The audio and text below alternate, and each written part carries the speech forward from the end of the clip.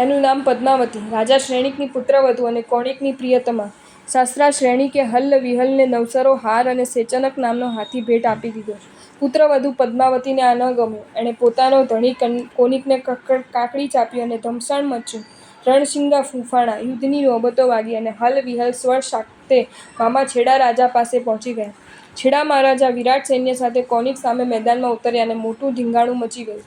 બેય પાર્ટીના મળીને કુલ 1,80,00,000 સૈનિકોનો સંહાર બોલી ગયા. તોય કોણિક વિજય ન મેળવી શક્યું.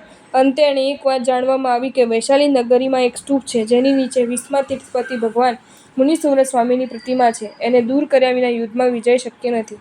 એણે કાળા કરતૂત કરીને એ સ્તૂપ તોડાવી નાખ્યો, મૂર્તિ દૂર કરાવી દીધી અને વિજય વાવટો ફટકાવી દીધો. કરોડો સૈનિકોની સામે પણ નગરજનોની સુરક્ષા કરતાં જીનબમનો પ્રભાવ કેવો અચિંત્ય!